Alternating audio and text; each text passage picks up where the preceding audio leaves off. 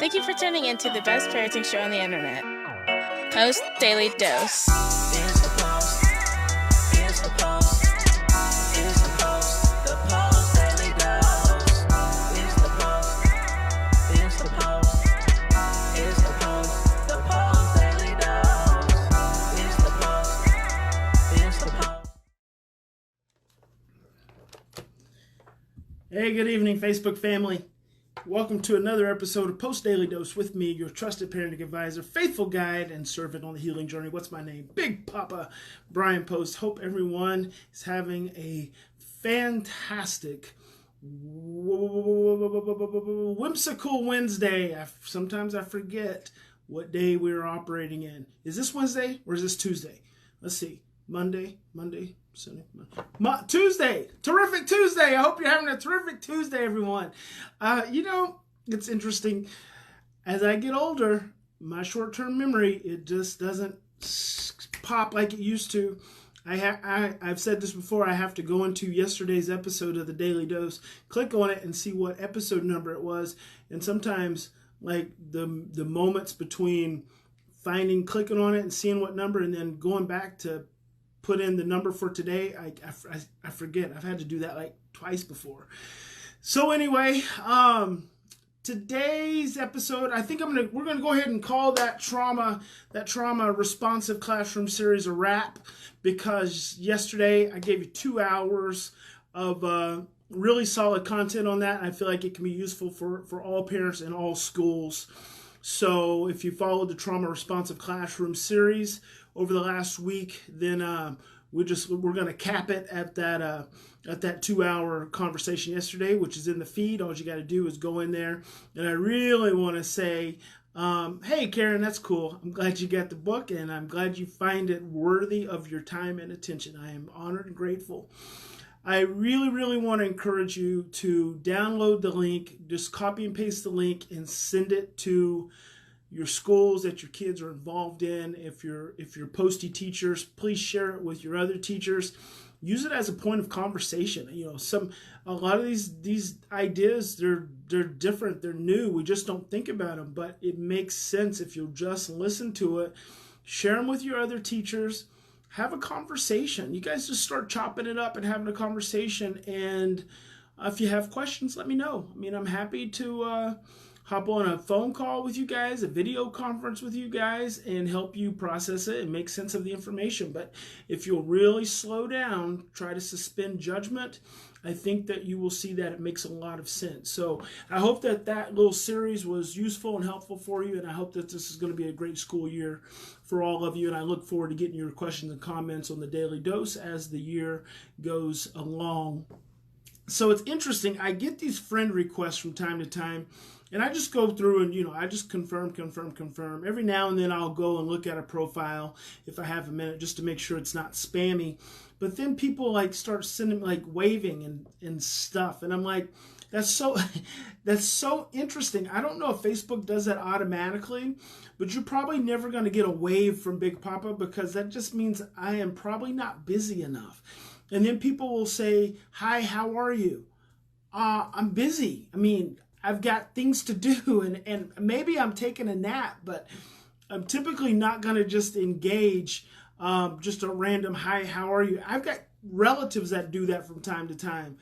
Message me in the middle of the day and hi, cousin. And I'm like, yeah, I'm working. I'm not trying to be an ass. I'm just like, who has time for just random small talk and meaningless chatter? And I don't know why I wanted to share that with you guys, because I think I got 2 of those waves today. And I'm like, I don't even know these people. Not that I have to know you. If you were to send me a message and it's a question, it's cool. Usually I'm going to respond on Post Daily Dose. If Christy or I will usually respond through Messenger. So that's cool, but just the random hi, how are you? I probably don't have time to just engage in a general conversation. So I've got camp coming up. Kicking off Thursday evening. We've got almost 100 between parents and little people coming, and it's just going to be fantastic. I'm super excited. I feel myself getting worked up. And I just had I had a great lecture yesterday in Walker, Missouri. which was awesome. But camp's coming, and I feel my energy level rising. And I'm hoping it's not rising too soon, because I'm like a bodybuilder who I am not a bodybuilder. I'm using an analogy. You know anything about bodybuilders, before they go into competition, they have to go through this series of eating specific things and drinking specific things so they peak right at competition time. So like their muscles are at the maximum, and that's like, I hope I'm not getting started in my energy too soon, because I want to peak right at the right time. But the reason I tell you, hey there, Tammy, the reason I tell you guys that, because I was having a conversation with my friend April, and one of the words, and I've said before, I'm really big on words. Like the words we use are so important. Like when you say the word rage, you know, your body has a vibration reflective of that word. When you say the word happy, your body has a reflection reflective of that word. So it's really important that you pay attention to the words you use. And one of the words I use a lot is in regards to crying. And so tonight's episode is entitled On Crying, and that comes from a philosopher I used to follow quite a bit and read a lot of his books, J. Krishnamurti. He wrote a whole series called On God or On Being. And so we're going to talk about crying, but one of the words I use is boo-hoo. And I use the word boo-hoo in the context of a deep cry. Where I grew up and with my family, anytime you boo-hooed, it means you really cried. Otherwise, you shed some tears, or you whined, or what would another, or you had a cry. But to boo-hoo for my family means you really have deep release. Like it is a form of weeping. And so sometimes in the stories I tell, one story specifically about the kid in my group home in Colorado, when we were going through that emotional process in his room, and I just started boo-hooing.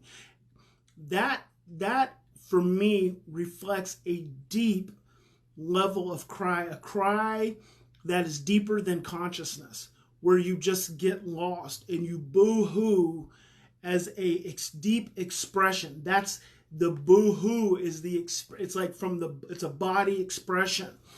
And my friend April was saying that for her, in her family where she grew up, the word boo-hoo was negative. It's like when you're boo-hooing, it's like, oh yeah, you're crying, you're boo-hooing, stop boo-hooing. And so it has a negative connotation. I'd never even thought about that before she brought that to my attention. So I'm curious what you guys' perspectives are on certain words, especially around crying, because I actually asked my mom, I said, what does boo-hoo mean to you? And she said, well, it means you have a real cry. And it's just, so I wonder if what does boo-hoo mean to you guys? These kinds of things are so important to me, because the words I use, I want them to be able to speak to you in a simple, clear, concise way. I don't want them to create conflict.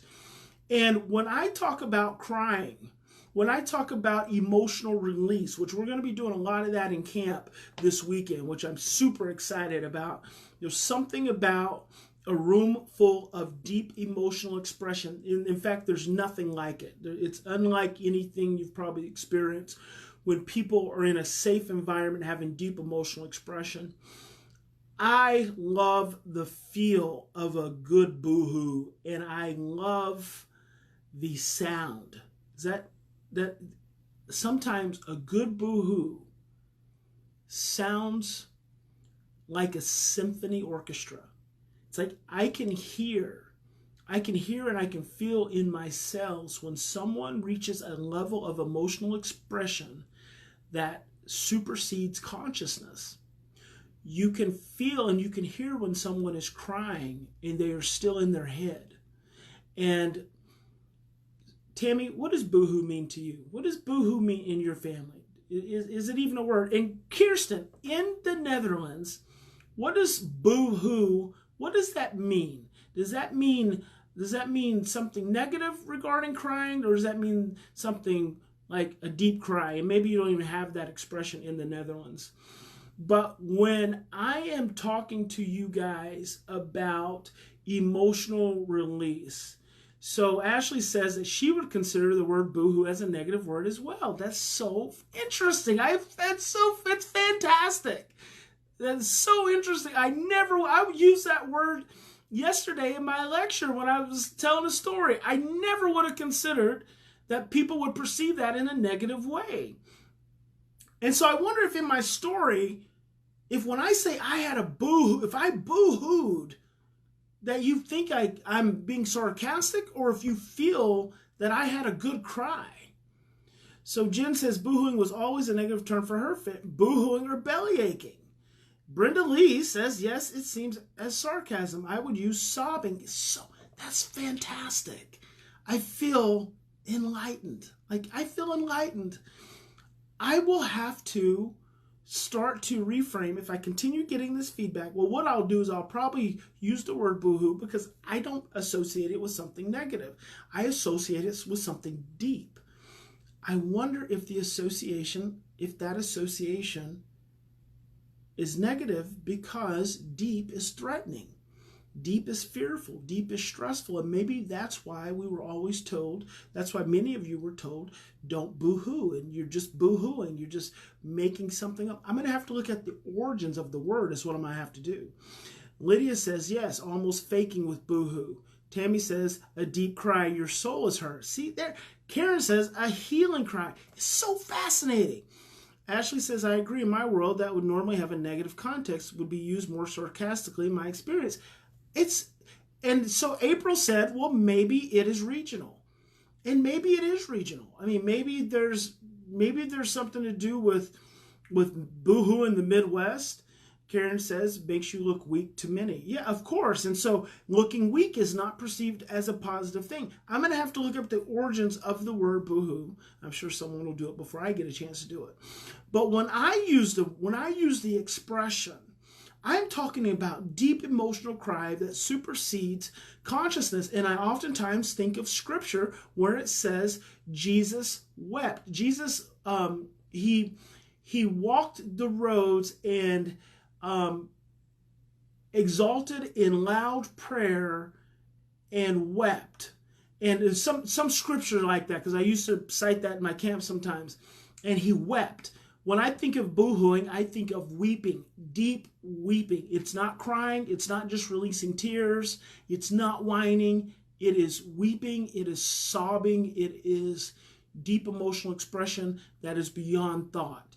That's what I'm always listening for, because that's soul expression, that's spirit expression, that's healing expression. Bethany says, I like the term ugly cry. It's where you're crying so hard you don't care how you look. Exactly. And Ashley Bain says, I've always been told boohoo means I'm being dramatic. Kirsten says, in Holland, as in many other Western countries, showing emotions is considered weak. Yes. Yeah, interesting. Wow. So think about that concept. Jesus wept. So I am always listening for that. I'm always listening for the boo-hoo, because the boo-hoo to me is the deep cry. And see, I think that when someone is at the level of boo-hoo, when they're at the level of the ugly cry, not only do they not care what other people think because they're not in their thinking brain, but other people typically, I would say, can't respond sarcastically because it's too emotional. It squeezes their heart in a way that they can't stay defended from the experience. That's what a deep boohoo, sobbing, weeping cry means to me, is I want to express. And the other thing, just in regards to what some can't cry like that, but want to, exactly, because we haven't been given the opportunity. We haven't learned. We have also gotten so conditioned. I worked with a psychologist. I spent many sessions with a psychologist who wanted to be able to release emotionally, and he really struggled. So I believe that for some of us, There's number one, there's so much cognitive left hemisphere conditioning that accessing the emotional is really difficult. And if you haven't had it modeled, and this is important too, because if you haven't had it modeled in a positive, healthy way, your framework for emotional expression is that it's not safe. You could have had a parent who cried all the time, and then you came to associate and identify that as weakness, or you came to associate and identify that as something that wasn't safe. Or you could have had parents that never had emotional expression at all, and you came to identify that as the norm, and therefore you would dissociate from that emotional experience. And you've got to think that if, and this is what the Atlanta study, the Atlanta Center for the Study of Disease says, that 80%, and this is like cited in 1990, and 80% of disease is related to stress. Well, Bruce Lipton, who's a cellular biologist at UCLA, I think he's still at UCLA, he wrote a book called Biology of Belief. Phenomenal work. He says that 98% of disease and disorder is related to stress in the autonomic nervous system.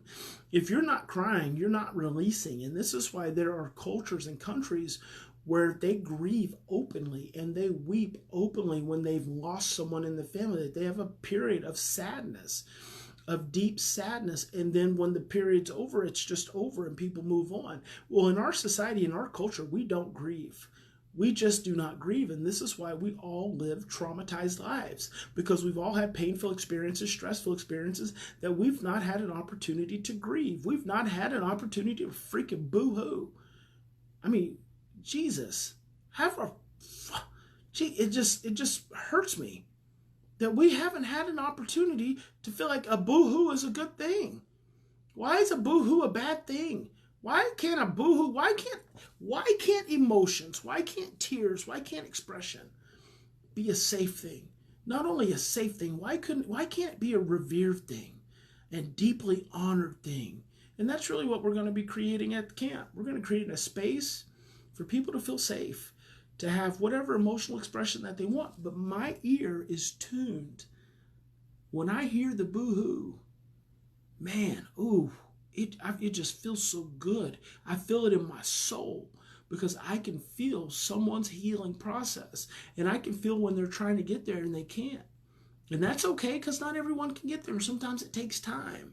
But it's like starting that process. But the whole reason I brought it up is I wonder what the judgments are that we have over ourselves based on generational conditioning that keep us from really opening up and letting go and boo-hooing. So just so you know, from this point forward, Big Papa says boo-hoo is great. Boo-hoo is good. I never, ever, ever, ever, ever want anyone to use the word boo-hoo in a sarcastic context, because when someone is feeling their pain, it should be honored, and it should be listened to, it should be heard, it should be felt, it should be witnessed. They should have someone witness their pain.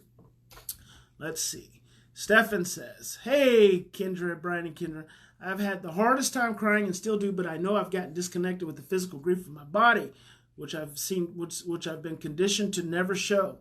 When you tell me when people stop hurting one another when they are at their most vulnerable, that's when expressing emotions will be a safe thing. Yes, but that's likely not to ever happen. We can't live our lives, Stefan, based on other people not hurting one another. We have to live our lives, and we have to be willing to be vulnerable, not for other people, but for ourselves. And the more vulnerable we're willing to be for ourselves, the more we open the doorway for our own power, our own personal responsibility, and our own abilities to create healing within ourselves. So we can't wait for other people to not be nice, to start being nice. People are always going to be stressed. They're always going to be scared. We have to engage the process ourselves. And actually what happens, I found it's a pretty remarkable process when I'm willing to be vulnerable for me and for only me. Other people's words don't really hurt me at all. I pay less and less attention to other people's unkindness, to their unniceties, niceties, however you want to say that, their lack of niceness. I pay less and less attention because it doesn't have feeling for me, because it's all about what I'm feeling and my ability to be vulnerable and to honor myself. So just a thought. Ashley says, I've been told that I don't know how to grieve, but then again, I'm told in the same sentence that my life is a series of dramatic events. And see, that you just can't feel safe when your people around you that are supposed to be holding you in safety and security, when your people around you are telling you that your experience has been a series of dramatic events, you can't feel safe to grieve. What you just told me right there, Ashley, is that you've not been provided a presence. You've not been provided an environment, a relationship that allows you to just feel your deepest pain and to be held and to know that you're going to be okay, that you'll get through it. So that's another thought. Brian and Kendra say, we often suppress our emotions because it makes others uncomfortable. It makes others uncomfortable because we suppress our emotions because it makes others uncomfortable because we're also uncomfortable. So it's a negative feedback loop. When we feel like our emotions make other people uncomfortable, we suppress them, but also in the process of doing that, in the process of suppressing our emotions, we're feeling uncomfortable, they're feeling uncomfortable, and we still end up being uncomfortable. Have you ever noticed that? How when you're holding something back and the other person knows you're holding something back, all of a sudden the energy gets real awkward? Like, it's okay. Like, if you're not holding back and they get awkward, you know that feeling too. But guess what? You're just letting it go. And them getting awkward is their business. Them getting awkward is really not your business. And I've had it happen before. I personally find it to be the most interesting thing. I could be talking to you. I could be having a conversation with you, and you can tell me something painful, and tears will well up in my eyes, and they will start to just stream down my face. And I've seen people just be like, oh, don't know what to do with that. It's okay. That's their experience. That's really none of my business. My business is my business. My business is not other people's experience. And if they really get that uncomfortable, then they'll just stop coming and hanging around. And that's not such a bad thing. That just means you are minus one person who can't hold you for all of who you are, all of the beauty that you have to offer, which is also the pain that you have to offer.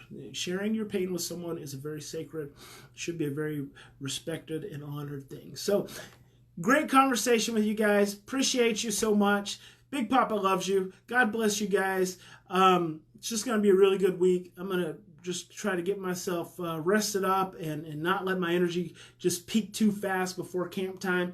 Hope we get to share a little bit of camp with you guys as well. So remember, in any given situation, you can shut down, you can block off, you can model what has been modeled for you and not have your feelings and not allow other people to have their feelings.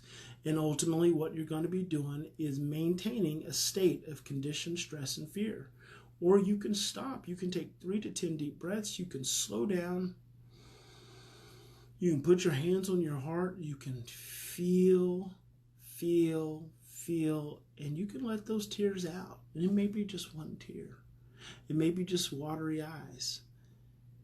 And then it's like tapping. I always tell people in my consults, it's like tapping on the ice, tapping on the ice, tapping on the ice. Keep tapping on that ice. You might be surprised. One day you'll have that full breakthrough and you reach that boo-hoo state. I think boo-hoo should be revered. I am going to advocate that boo-hoo becomes a sanctity. Everyone should try to get to the holy boo-hoo. The holy boo-hoo. God bless you guys. Talk to you later.